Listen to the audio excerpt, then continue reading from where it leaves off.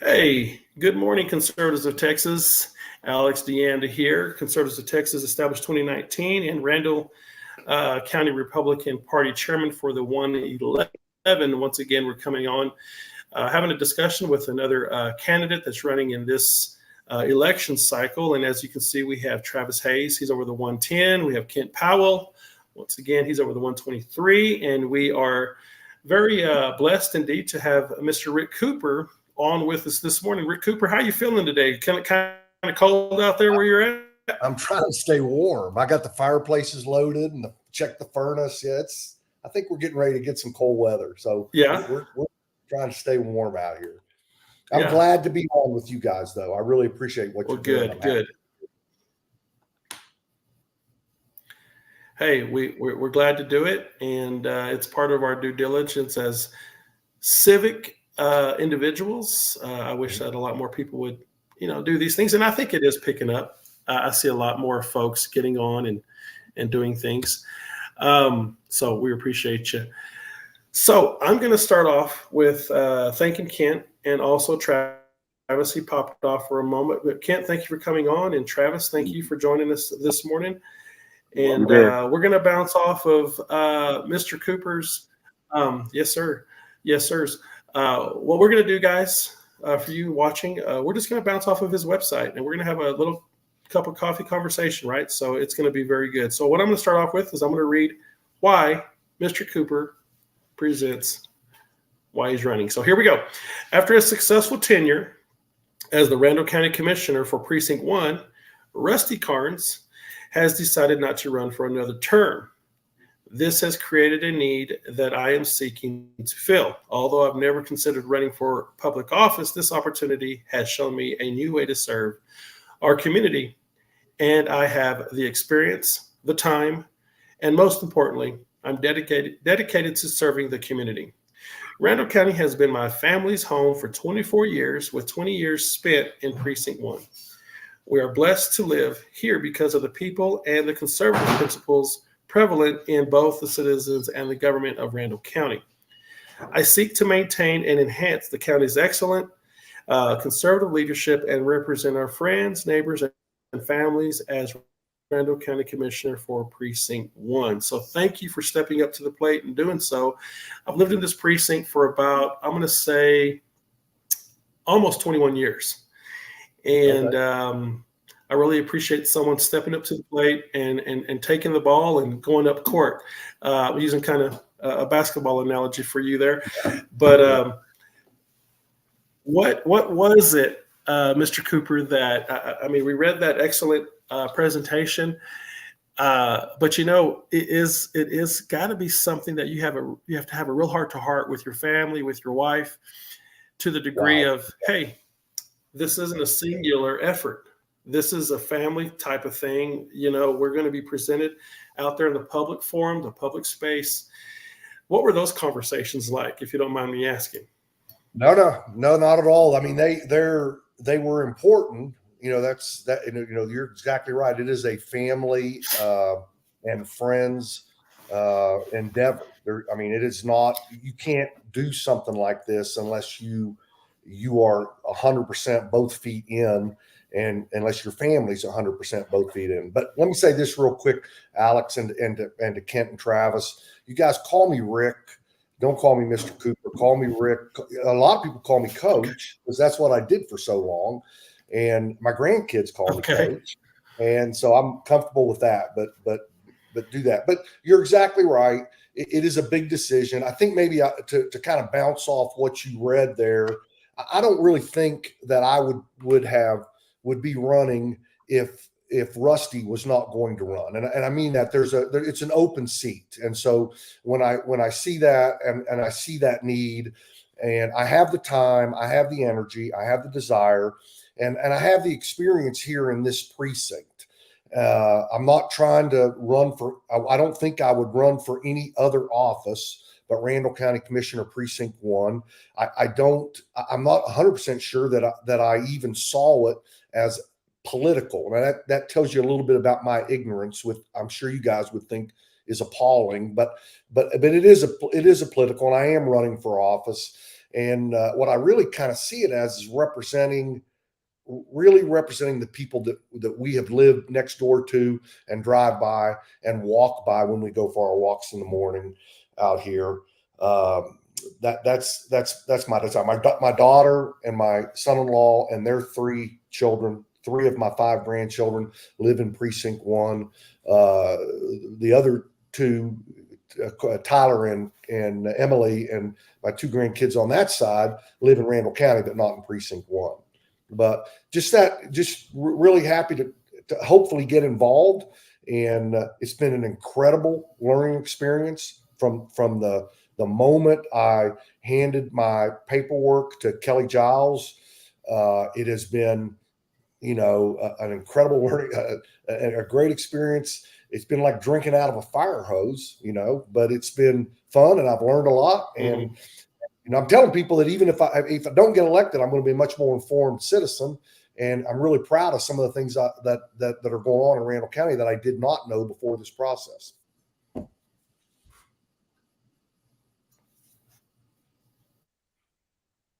Yeah, for sure. And it's a lot of fun for us as precinct chairs.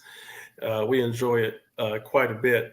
I wanted to get into about Rick Cooper here off of your website here, which I have displayed at the very bottom for those watching. It's cooperforcommissioner.org. So you guys will want to go to the website, and I'm sure Rick Cooper Coach is going to be open and transparent. If you guys got a question for him, I'm sure you can get a hold of him. He'll pick up his phone. He always asks for me, right, Coach? Yeah. So I'll start it off just a little bit, and I'll let you kind of finish off a little bit. It says, emphasizing his commitment to conservative principles and a long career of successful leadership. Former longtime college basketball coach and athletic administrator, Rick Cooper wants to continue the legacy of a strong leadership on the Randall County Commissioner's Court. So there's some things that I'll start you off with there. If you want to continue on telling us a little bit more about you in a relative sense as to this position that you feel is going to really prepare you to be a successful commissioner for Randall County. Okay. So let me bounce a little bit, kind of, go a little bit beyond what you said there. One, I think that what I really believe that our Randall County government is in very good shape. It is operating well right now. Our tax rate is the lowest in the Texas Panhandle. That is a good thing. I don't want to pay taxes, and I know you don't want, and I don't want you to pay taxes. But our services are high. That's a credit to our current government. I think my experience in that area, and again, when I filed to run, the next thing I did was begin scheduling meetings with the Randall County department heads. I spent 2.5 hours with Chris Forbus. There's great things going on at the Randall County Sheriff's Office. I watched your interview with him, and when you guys did that, I spent a couple hours out at the High Plains Youth Center. I mean, I'm really working to talk to those people and see what the issues are in Randall County, to hear, kind of at the point of the spear, to find out what's going on at the point of the spear. That was incredibly educational for me. Again, I found out things that, because of my own ignorance, I just did not know were going on, and really good things. I had the opportunity to meet with all the county commissioners, past county commissioners. I met with Joel Richardson. He was incredibly helpful. And I've known Sheriff Richardson for a long time, as you can imagine, as a resident of Randall County. So I put in a lot of time and effort. I have good experience I was not just a basketball coach. I was an athletic administrator at a private Christian university, Wayland Baptist University, where Janie and I met and both graduated from, got married literally the day after we graduated. It's a long story. We don't have time for it now. But that was so my family from West Virginia could actually attend both events. And I actually coached there at Wayland, coached at WT, was the athletic director at Wayland, was the chief of staff at Texas Tech University for the men's basketball program for a couple of years there. I've had the opportunity in that span to work with multi-million-dollar budgets under combat conditions, to tell you the truth, through COVID. And as you can imagine, even at WT, at Wayland Baptist, and even at Tech, money is tight, and you don't want to spend money on things you don't need. And sometimes you have to make some hard decisions about where you go with that money. So now I don't know, Alex, I could probably talk for hours about that. I don't want to do that, to you. I kind of wanted to maybe touch on. I just wanted maybe, yeah. And the other thing too about you mentioned something about picking up the telephone. I am retired. I think this, I would treat this as a full-time position if I'm fortunate enough to get it. And I have always been responsive to the people, in recruiting, you have to answer the phone. I recruited college basketball players, and I was in positions where I've got my email. I know this sounds crazy, but I got, because it's elementary to guys like you, but I answer the phone, and that's one of my goals, is to be responsive to the citizens. And I know that's a big part of this job, or I believe it's a big part of this job based on what people have told me and based on how I understand it. Am I rambling? You guys tell me. Definitely. You're good. No, you're doing fine. Not at all. No, you're good. When it comes to things, you're in the college spectrum, you're in that arena. One thing that we see in today's culture and in our society, we see a lot of government overreach trying to implement innuendo-esque procedure policies. You'll see things DEI. You'll see some woke things. You'll see all kinds of. How do you respond to those types of issues? You don't have to be cut and dry in your response, but with that type of federal funding towards these universities and these colleges, and in this sense into our very own counties when it comes to grants and other things, what is your response as to that type of overreach when somebody says, hey, we're going to limit your grant money to your county or funding in this area if you don't bend the knee? What's your response to possibly seeing or meeting some of those challenges? How would you implement or respond to those things? So, one of the reasons we love it here is because of the. I don't want to sound like a politician, because I'm not. I guess I am, but I don't want to sound. The conservative approach, common sense is maybe the way I would put that. The common sense approach to decision making, the conservative values. Let's not spend or tax frivolously. Let's make sure we communicate our needs. One of the most, maybe it's my age, but one of the most important things to me is that our first responders are that we have the best in those roles: fire, sheriff, and I put the roads in that category. I think because every Randall County person that lives on a county road should be able to, emergency vehicles should be able to get in. They should be able to get out in an emergency. I think that roads are part of the first responder issue. But to answer your question, I think you boil it down to the most important points, and then you use good common sense on how you make those decisions. I think you use the term bend the knee. Let me tell you something. You really can't fool people in West Texas. And this is not a bend the knee society here. That's not a good approach. I think I do think that people in our part of the country understand needs. And if you outline, if you communicate well and listen well and outline the specific needs and the benefits that come from spending, or taxing, then people make good decisions in our part of the country Sure. about that. But Janie and I we hate debt. We hate debt in our personal lives. We've raised our children that way. We do not believe in borrowing. We don't spend. Again, we buy things that we need, and we save for future events, and we try to handle our money in a good common sense way. Now, I don't know if I answered your question exactly, but I don't see that people in our part of the country are bend the knee.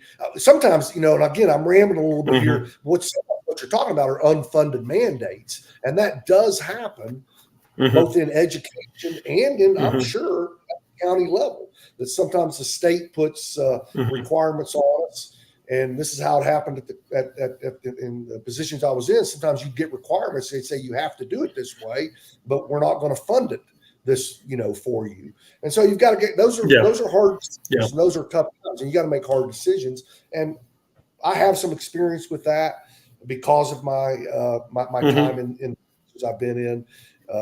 You got to make tough decisions sometimes, and you got to be ready to do that. And I want to be clear to our viewing audience. When I said black or white, I'm not speaking race. I'm talking about opposite ends of the spectrum. When I was saying that, I mean, I'm not trying to pigeonhole you in far left spectrum or far right spectrum. I probably should have just phrased it like that. So for people out there that, you're going to have your audience members sometimes say, well, he said, no, that's not what I'm intending there. It has nothing to do with race. It has to do with both ends of the spectrum.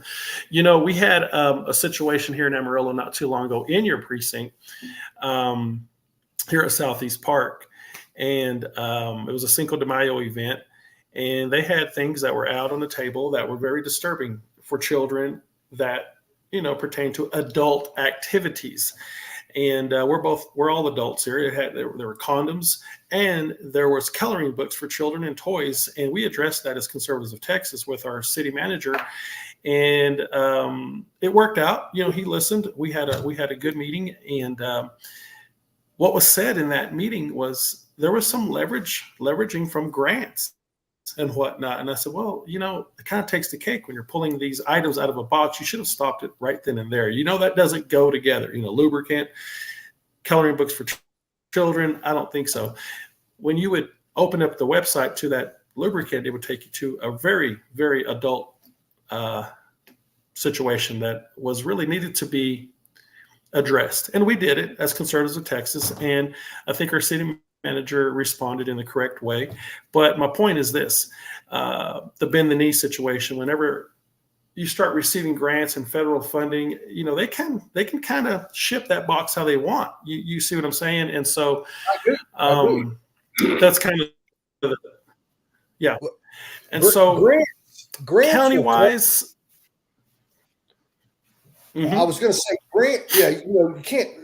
So I'm not familiar with that situation. Sounds to me like that it was handled appropriately. In all honesty, it sounds like common sense people saw that problem and dealt with it in the proper manner.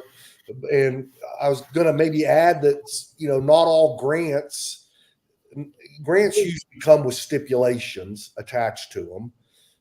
And so sometimes you have to turn those down. I mean, that's just the bottom line. Sometimes it's not for us. And so I don't, like I said, I'm not familiar with that situation, but it sounds like you handled it appropriately, and it sounds like it hopefully got fixed, and it kind of maybe also educated some people about, how our population feels about that type of thing in this environment here. So it sounds like it was handled well. Yeah, I think so. And I commend our then city manager, Jared Miller, for responding in the appropriate way. Hey, Kent. Yes. What do you have? Do you have anything at the ready for, I almost said Mr. Cooper again. I'm so sorry. Coach Cooper. Rick, I was noticing on your goals on priorities for recruiting and training for individuals and businesses to the county level to provide a good business opportunity atmosphere. How would you do, just kind of a broad overview, how would you, in using your background, achieve some of this? So you mentioned a couple of things there, I think, Kent. So Yes. I'll shotgun it a little bit. You keep me to specifics if that's what you want. I mean, if that's what Done is good.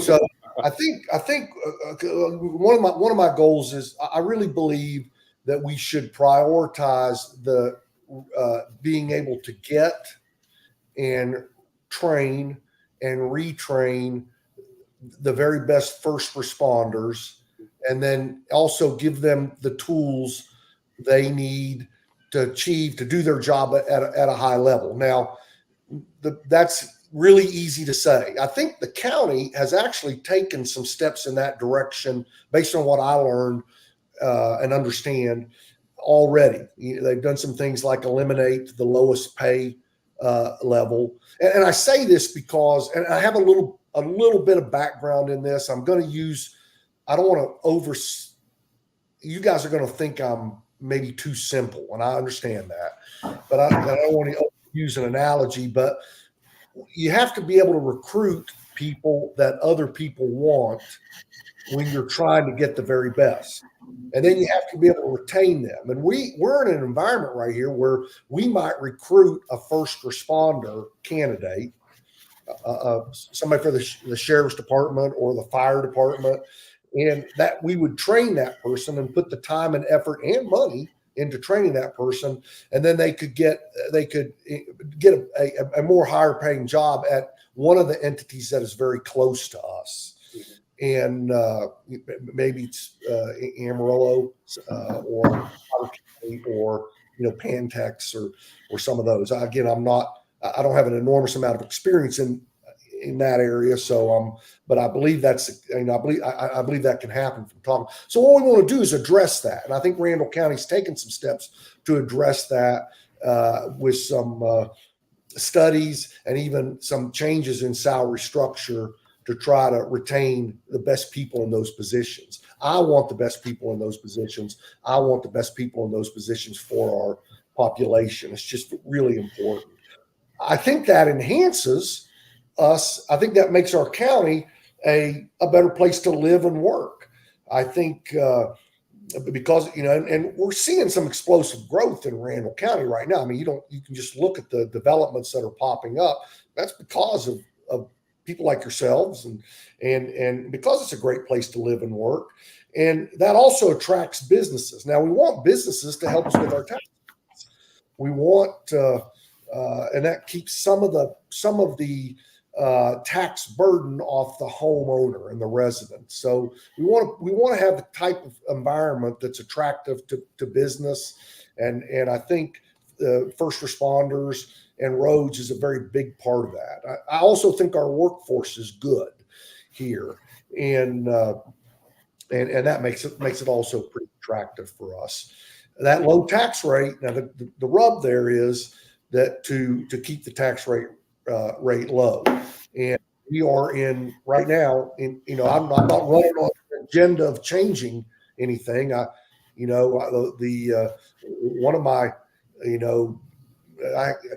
may get in trouble for saying this, but I'm one of those guys. I don't want to mess something up that's going really well, and I think in a lot of areas that low tax rate and the fact that this is such a great place to live and work right now, I don't want to get in office and mess that up somehow. That low tax rate is extremely important to me. Now, was that way too general? So this, no, I think that was good. And Alex? So this movement, I don't want to use movement. This transition from Rusty to you is more of a handoff, and you're going to supplement and all the good things that he did is what I'm hearing. So I don't know if I'd say that we're much different people, and he's probably a whole lot smarter than me if you want to know the truth. And but what I'm saying is I think that right now that the commission, Randall County, you guys tell me if I'm wrong, please. I'm really trying to, as I said, learn the issues. I think the Randall County Commissioner's Court is working extremely well. I remember a time when it did not work extremely well. But I think under Judge Halishell, and I think under Judge Dyer, and I think the individuals that are in those positions right now, or that were recently in positions, have done a good job with our Randall County government right now. And I don't know if I'd use the term handoff. I have communicated with Rusty a great deal. His experience is invaluable, and I've communicated with the other commissioners too, quite a bit too. And so I think it's going really well right now. Sure. Fair enough. I've known Christy Dyer, Judge Dyer, for some time. I was going to say, Alex, sometimes I've been in a position. What was that? Where I was going to say I've taken over jobs in coaching that were going really well. And, when you get home at night, you're going, golly, I hope I don't mess that up. And maybe it's not a good analogy, but that's kind of how I look at it at times. I'm sorry for interrupting. I see. I understand. No, you're fine. I've known Judge Dyer for quite some time, and she seems to be doing a very good job. And, she's always picked up the phone when I've called her. If it's not the same day, it's the same hour. So I really commend her for that as my county judge. We've known Rusty. I can't talk to him for less than an hour when I see him out and about. And then we do know Tam Boatler. I think he's doing a great job. He has a lot of experience. So I think you're going to be surrounded by a really good team, Hey, Travis, you got anything there? Yeah. Hi, Rick. I just want you to know I'm a West Texas alumni and a graduate of WVU. So. Oh, okay. I didn't know that. That's neat. Hey, maybe you can talk us a little bit about, as a coach of a major university like that, how you juggle the budget and how it might compare with what you're looking at now.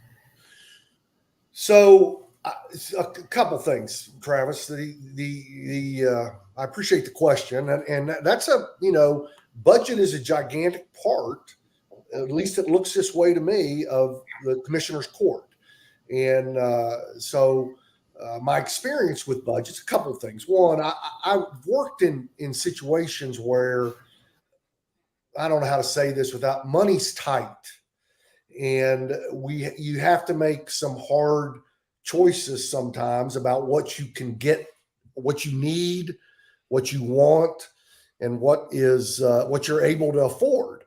And that's been a big part of my life in the roles I've been in as both a coach and I coached at WT for 20 years.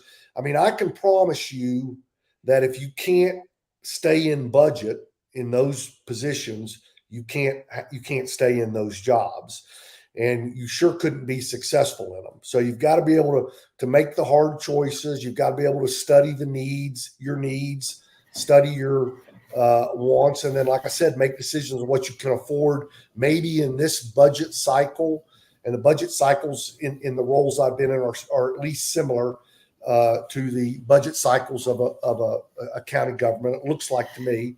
I'm sure there's a lot I don't know about what goes on with the budget in Randall County, but it boils down to just understanding the limits attached to that. There's only so much money, and there are always more needs than there are money, and you have to make some hard decisions, defer some expenses, sometimes be creative. I do not want grants are limited. I don't want to use that as I don't know what you'd call it, a cane or a crutch. But you've got to be sometimes creative in how you do things. One of the things that looks to me like Randall County's been pretty good at is repurposing maybe some buildings for saving some money in that area to meet some needs. I think out here the fire department out here on the loop is maybe a good example of that. I remember when those were volleyball courts, and now when you go in there I was in there for the stock show today, and it looks like it was built for that purpose. And they're just doing some great things. So you got to be a little bit creative. You also have to understand your limitations. And one thing I did learn in those positions, Travis, is you can't always have what you want right then when you want it. But that's how my life's kind. That's how we live Janie and I have to make the same decisions in our own personal lives, just like you guys. You guys have to do the same thing. Now, does that answer? Is that a fair answer? Does that answer your question? Sure. Yeah. At Wayland, let me say this: Wayland, we had, again, this is going to sound, we had 19 sports and 550 student athletes there, and it was a multi-million-dollar budget, but there was never enough money to go around, and so you just have to make some hard decisions, and like I said, defer some expenses, and try to be as creative as you can. In those situations, it is not easy, but I have worked with that type of budget. Now the county budget will be much larger than anything I have ever worked with, and also but I also know from meeting with them, there's really good help in the county offices and we have incredible department heads, great department heads that understand the needs and the wants and the problems associated with funding county government. Okay. To add to that a little bit, Travis, I'll read a little bit from his qualifications, which ties right in line with some of those responses. It says here, job experience includes multi-million-dollar budgeting and resource procurement, human resources functions such as employee recruitment, employment law, workforce development, compensation packages, insurance acquisition and utilization, and bidding and purchasing processes. So I think a lot of those things are going to run very parallel to some of the responsibilities and items that are going to really be beneficial to your experience. And so if that helps a little bit, Travis, the wants and needs for some people out there is very, it can be very divisive on the one end for some, but I understand the marriage there has to be complementary. One hand washes the other in that marriage. Some people are so streamlined. Government's role is, keeping us safe, keeping the roads, where you can drive on them and whatnot. So they cut out the wants entirely. But sometimes the wants do give more volume to the companies that are going to want to come in to that county, and it would actually complement those things and really help you in the long run bring in a money flow through sales tax or county tax or whatever that is, because now you're building businesses in your precinct, which would in turn save you money in the long run from where you're already allocated in your budgetary expenses. So can you speak on some of that, to where the wants and the needs to those out there listening, how you would balance that and what you would look at in having a happy marriage in that? Well, just for example, the stock show, the Randall County Stock Show, and the Randall County involvement in 4-H, and the great things are going on with our county extension agents for young people in our county. Now, if I'm an employer, or even if I'm a person with young kids that wants to find a place where my family can live and grow, and again, that's really, at the end of the day, that's what it's all about. What we have right now is a great place for a family to live, a family to grow, to raise our kids. Janie and I raised Tyler and Corey here, and our 5 grandkids are being raised here, and it's in large parts because of the people and the activities available for those kids. 4-H and the stock show, just an incredible example of that.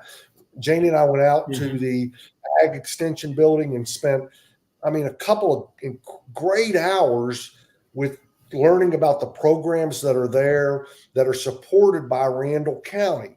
I mean, that's a great thing. I don't know if that doesn't really have anything to do with the roads. That's a quality of life issue that makes our part of the country, our county special. And it's a huge part of what we do here.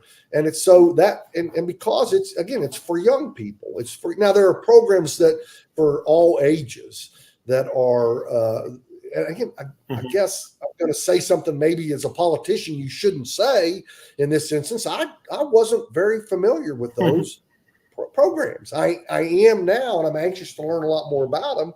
But I've said it before, my ignorance in that area is kind of appalling for someone that's lived here as long as I have lived here. But they are great programs. I don't know if I'd put those. I think they're in the idea of they're not first responders. It's not a fire truck. A fire truck right now that we purchase in Randall County, I say that as citizens of Randall County, it's $1 million, and that's a real need.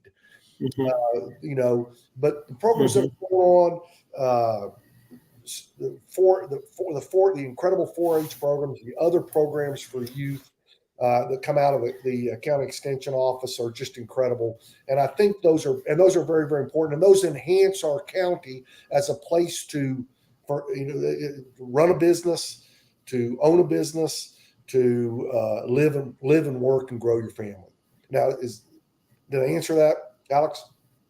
That's kind of the you sure did. Yeah, you did. Absolutely. I'm a huge fan of 4-H. I never was part of 4-H, but I can see the sweat equity that's put into that gives the kids a good investment as to the outcomes based on the incomes of what they're putting into it. You reap what you sow. It's a biblical sense. And I've always seen those kids, grow up appreciating everything around them, and there's heritage connected to that. I would like to see a lot more 4-H programs instituted in our basic. I don't know why it's always a rural school. I think they need to apply that into the into the inner workings of the public education into the schools in town. I've always seen great benefits of these programs. I wish they would do something like that someday. Can I interject right here, Alex? I was looking, Rick, looking at our county budget. I liked what you said, because rather than being reactive to social issues, I want the county to be more proactive. And these programs that you're talking about with the 4-H and FFA are, to me, more proactive to create a better society for the county. And I don't know. I just look at the budget and it looks like it's reactive to what the county has to deal with, because the budget is very heavy on law enforcement and judicial issues. So I don't, again, I'm not an expert in this area, Travis, by any stretch of the imagination. I have not really, to truly understand a budget, I mean, you have to sit down and have it in front of you.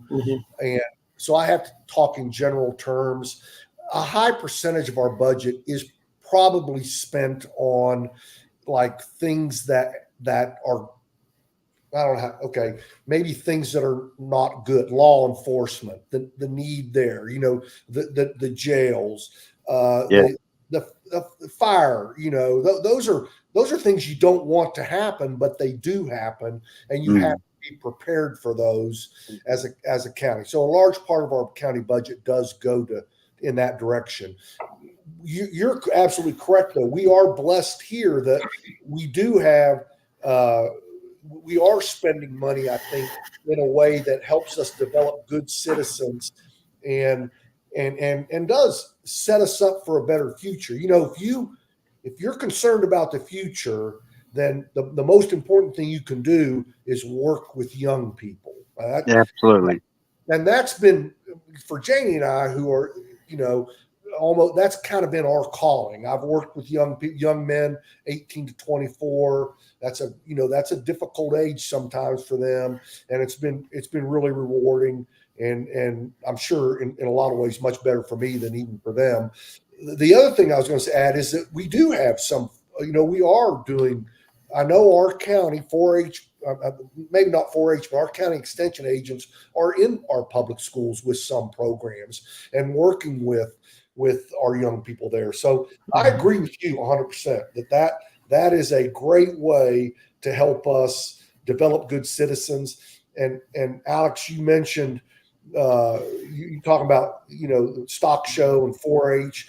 The discipline it takes for those kids to do that and do that well is a skill that will serve them and the rest of us, in all honesty, for the rest of their lives. I mean, it just takes an enormous amount of discipline and commitment to do that and do it well. And I'm really, really proud of what they're doing in that area.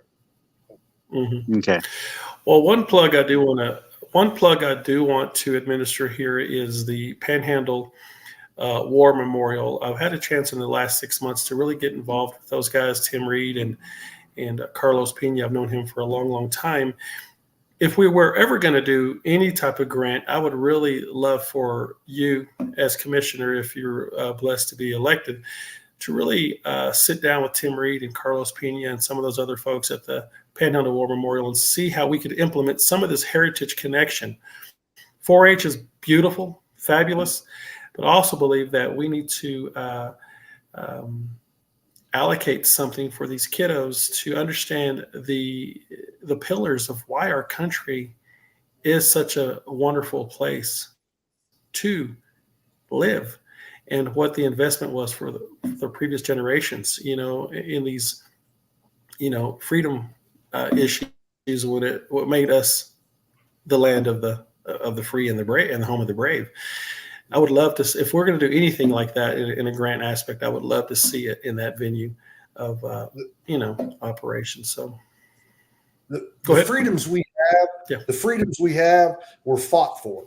I mean, let's not forget that. And we're losing, my father, who's since passed away, is a World War II veteran.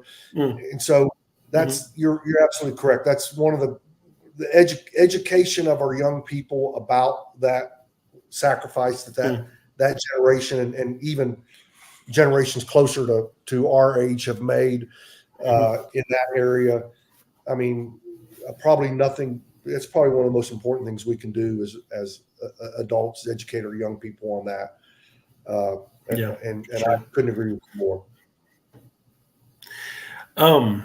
Kent, do you have anything else? We're already at the 40-minute mark. I really was setting a goal to end at 30 minutes, but this conversation has been so I don't so have good that it's easy to get right into an hour. Okay, Mr. Hayes, you have anything else? No, that's it. That's it. Yeah. Thank you for coming on with us, Rick. Thank you, Rick. Thank you, guys. I appreciate what you guys are doing. I really appreciate the opportunity to visit, and I learn something every time. Sure. I appreciate you guys. Well, Coach Cooper, I'm going to give a little bit of an ending for our from where we're at. But after I finish that, I would love for you to take just a few minutes to let the viewers out there know why you're the guy to go with this for County Commissioner for Precinct 1. And after that, we'll cut out. Okay. So guys out there, again, Alex DeAnda with Conservatives of Texas, established 2019, and also Randall County Republican chair for the 111. We have Kent Powell here for the 123, Travis Hayes for the 110 as our group and precinct for 111 and 110. And Kent, you're always welcome to join us. We have our monthly meetings at Comanche Trail Church of Christ every third Thursday. And I want to be clear that the Church of Christ is just helping us as a community. They're not in any way attached to anything that we do. They've just been so they've been a hub for us to be able to use their facility, and we thank them for that. We meet there, like I said, every third Thursday, 7 p.m. East Side entrance, we are going to be meeting there next week on the 18th. We have a drawing that we're going to be administering there for some wonderful items. And so if you guys want to come out and be a part of the workings, not the I don't know how to put it. We want to get work done. We're a very modest group. We're not out there to be huge, be big. We're just out there to be effective. So you guys are always welcome to join us to attend those meetings. And Coach Cooper, if you want to go ahead and let everyone know why you are the choice and the selection for County Commissioner for Precinct 1, and then we will chime out. Thank you again for coming on. Okay. First of all, thank you guys. I'll keep it really short. This is home. This will be home for Janie and I the rest of our lives. We've lived here for the past 20 years, raised our family here, raising our grandkids here. I consider it an honor to represent my friends and family and neighbors as a Randall County Commissioner for Precinct 1. I will tell you, I've done this my whole life, and this job would be no different. I'm going to work very hard, work very smart. I'm going to be prepared and study the issues, and then I'm going to do what's best for the team. And that's served me well over the years, and I would love the opportunity to continue that in the role of Commissioner for Randall County Precinct 1. So thank you guys for what you do also. I know it's a labor of love for you, and I really appreciate that. Thank you. It's our pleasure. And thank you all for watching the video, and share it with folks that you believe would need to watch it. And Coach Cooper, we wish you all the best. God bless you, and we will keep in touch. Yep. Thank you. Thank you, Coach. Yes, sir. Thank you. Thanks.